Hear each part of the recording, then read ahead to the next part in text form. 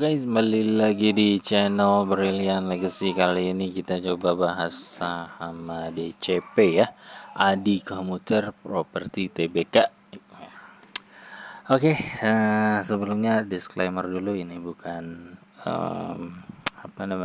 rekomendasi untuk beli atau jual saham ADCP ya. Jadi ini cuma mereview aja. Jadi ada request dari siapa ya tadi. Jadi pokoknya ada request di komen tadi bahas ADCP gitu ya. Oke, jadi sebenarnya kalau ADCP ini kan di sektor properti gitu ya, dan kemungkinan juga ada di daerah Jabodetabek mungkin ya, karena kalau dari bahasanya komuter ya, komuter lain itu kan paling ya cuma ada sampai Jabodetabek ya. Ya kemungkinan sih harusnya propertinya tuh ada di sekitaran Jabodetabek lah gitu. Itu sih asumsi gue ya gitu.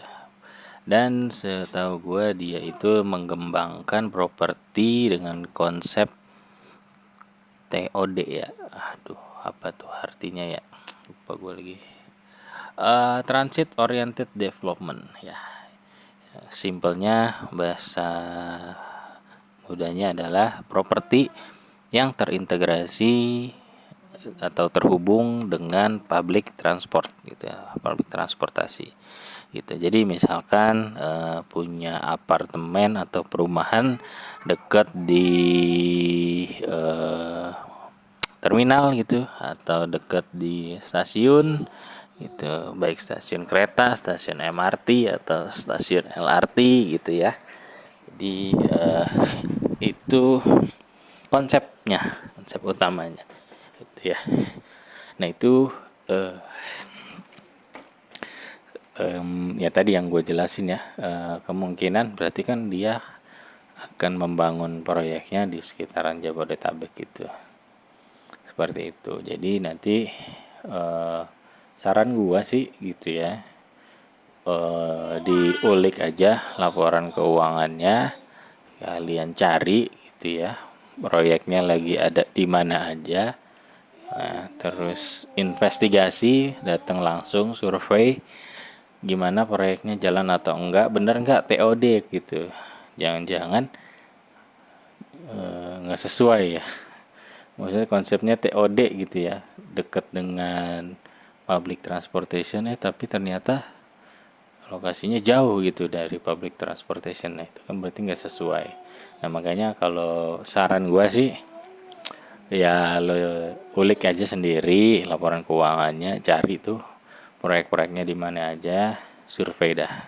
Itu kalau pertama ya pastiin tuh bener nggak proyeknya itu dibangun dekat dengan public transportation. Kedua, berjalan nggak proyeknya, jangan-jangan kalau berjalan ya alhamdulillah. Nah kalau mangkrak kan berarti lo akan jadi pertimbangan lah untuk masuk atau enggaknya gitu. Dan syukur-syukur kalau lo survei ternyata proyeknya udah jadi gitu ya, udah dipasarin malah. Nah lo bisa survei pura-pura jadi pembeli lah gitu ya, dan lo bisa lihat-lihat gimana kondisinya, apakah menarik gitu ya. Kalau maksudnya dari sisi lo sebagai customer gitu, apakah menarik propertinya untuk dibeli gitu ya. Kalau menurut lo menarik ya, berarti nih orang lain juga kemungkinan kan akan tertarik juga untuk beli gitu. Dan kalau orang lain tertarik, propertinya laku, perusahaannya cuan ya, kalau lo punya sahamnya ya kemungkinan sih kalau dia bagi dividen akan kebagian gitu. Seperti itu konsepnya gitu. Jadi gua mungkin bahas berdasarkan data-data yang ada di Stockbit aja gitu ya. Oke, pertama gue juga udah pernah punya dan gue cut loss jujur.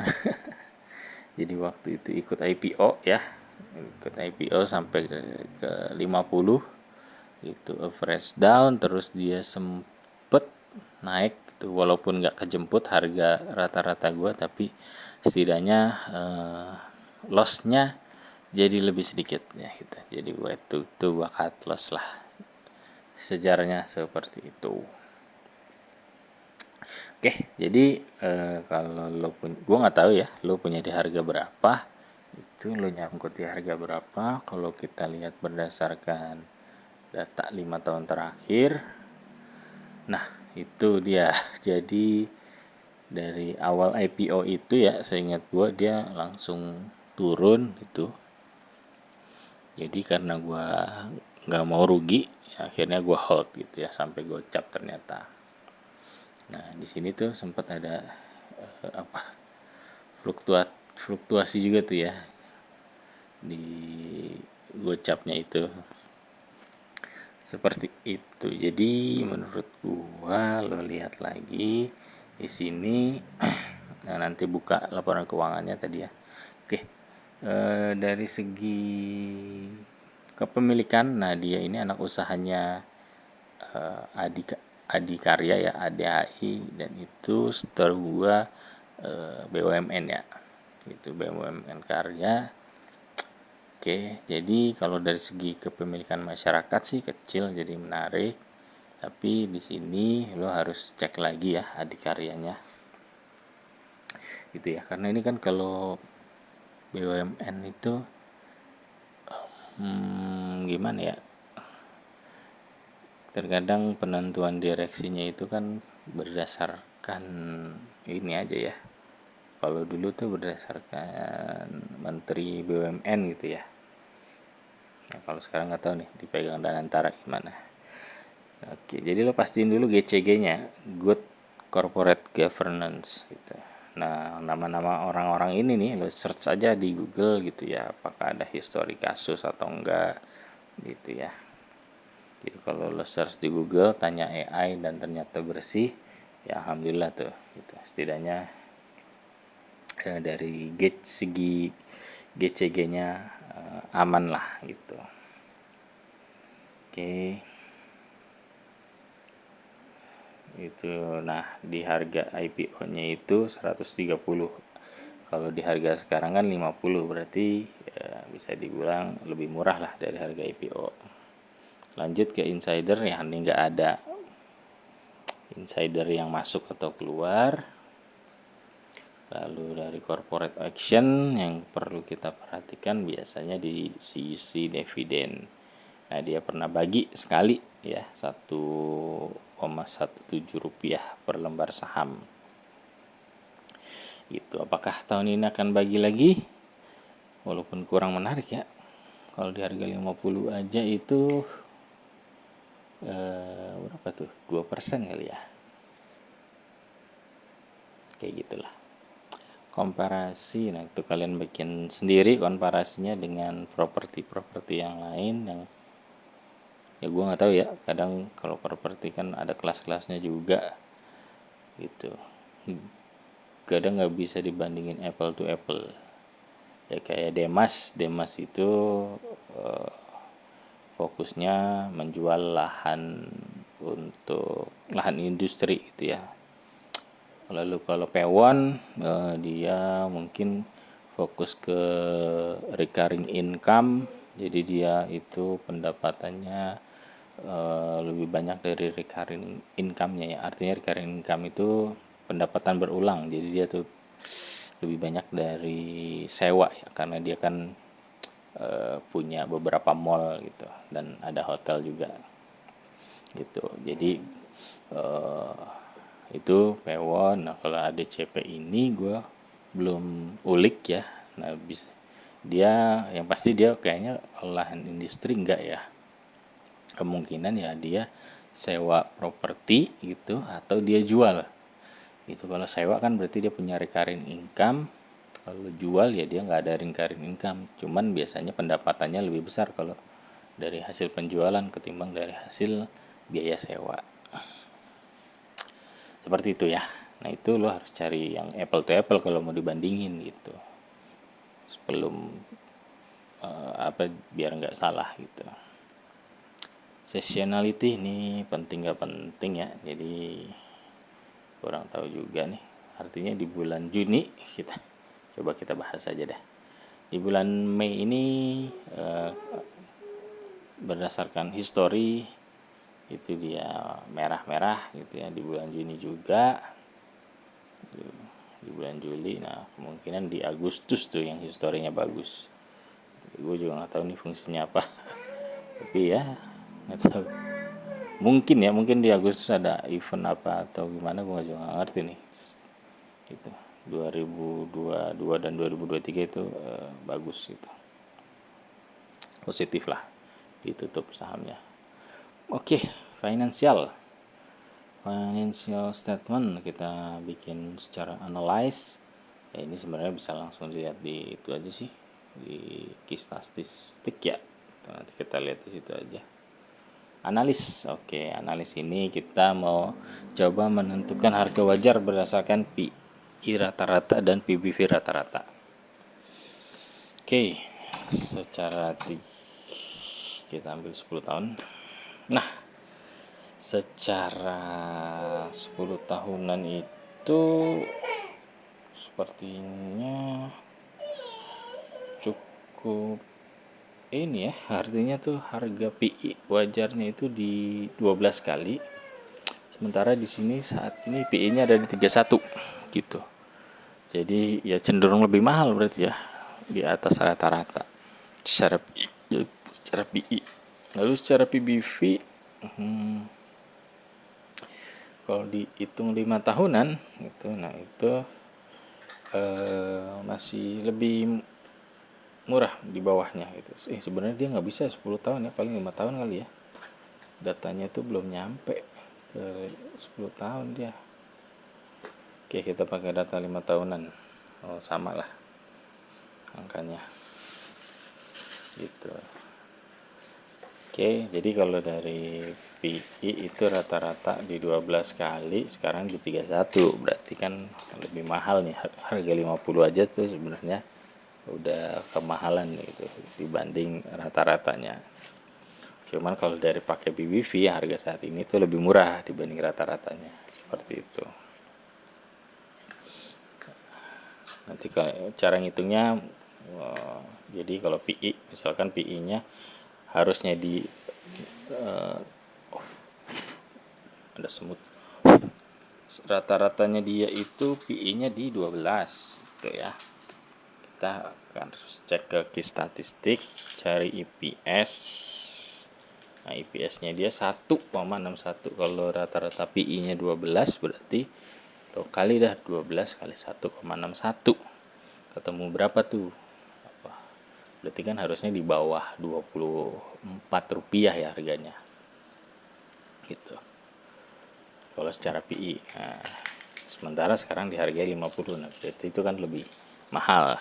Tapi kalau secara PBV lo lihat di sini cari ke 5 tahun. Nah, PBV rata-ratanya itu di 0,54 gitu. Nah, sekarang itu ada di 0, berapa nih? 0,41 apa 42 ya tuh. Kurang jelas. Jadi kalau secara PBV rata-ratanya di 0,54. Berarti kita lihat ke key statistik lagi. Oke, nah lo lihat lagi di sini apa namanya? Current book value per share 117. Nah, gitu. Kalau 0,5-nya berarti sekitar 55 lah, 55 60 lah. Itu range harga rata-ratanya. Nah, kalau pakai itu berarti lo di harga sekarang bisa dibilang lebih murah lah gitu. Nah, cuman yang perlu lo perhatikan di sini harganya sudah masuk ke gocap ya. Sudah apa ya? Bisa aja dia nanti masuk FCA tuh. Nah, lo coba pelajari lagi kriteria saham yang masuk FCA seperti apa. Itu ada kok di Google tuh nggak salah. eh, nilai transaksi hariannya harus berapa selama berapa bulan gitu ya. Nah, kalau rata-rata transaksi hariannya di bawah segitu, nah itu bisa jadi sahamnya nanti kena FCA tuh. Nah, kalau kena FCA sebenarnya lebih menarik ya kalau buat investor tuh. Biasanya harganya bisa lebih murah lagi tuh. Bisa turun lagi gitu. Nah, jadi kalau lo udah punya barang menurut gue sih kalau mau average down tunggu FCA ya gitu. Biar bisa average down di harga lebih murah kali gitu. Tapi kemungkinan masuk FCA atau enggaknya lo harus perhitungkan juga gitu ya, seperti itu. Oke, nah dari statistik lainnya itu kita lihat di sini, waduh, cuannya lumayan drop ya dari 7M ke 16 juta. Oke, revenue-nya padahal naik. Enggak ada turun ya. Gue kirain 52 salah. 82 ke 70. Itu.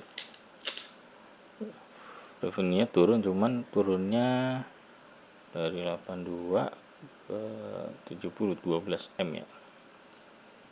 Nah, ini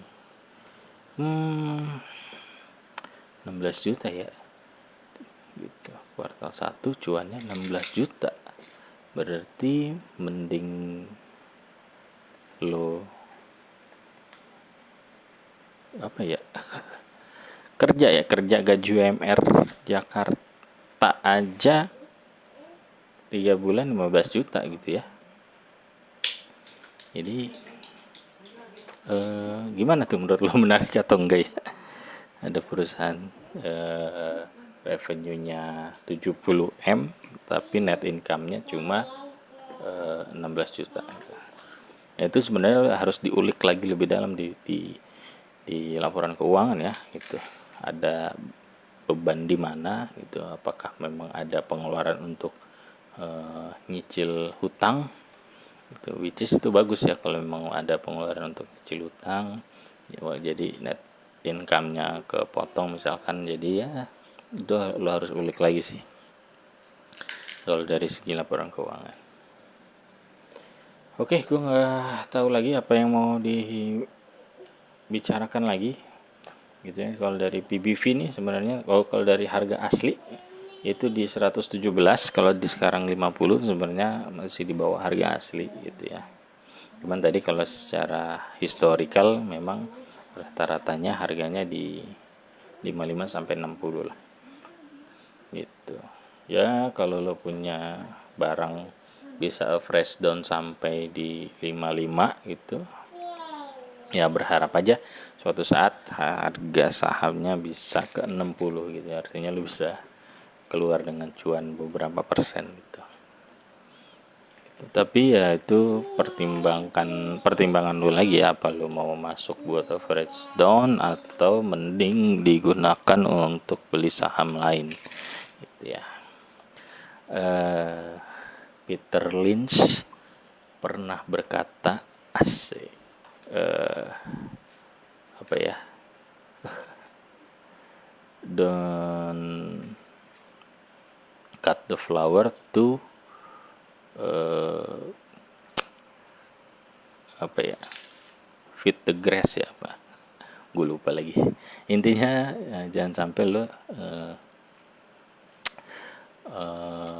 apa namanya, menjual saham yang bagus untuk membeli saham yang kurang bagus, kurang lebih seperti itulah. Kadang kalau bahasa Inggrisnya kita ngerti, menerjemahkan ke bahasa Indonesianya bingung juga ya gitu. Nanti lo cari tahu lah tuh apa filosofinya Peter Lynch tuh. Mungkin banyak kali ya di Google itu. Oke, mungkin dari gue cukup untuk bahas ADCP ya. Gue bingung juga untuk mau bahas apa lagi. Mungkin cukup dari gue. Semoga bermanfaat. Thank you.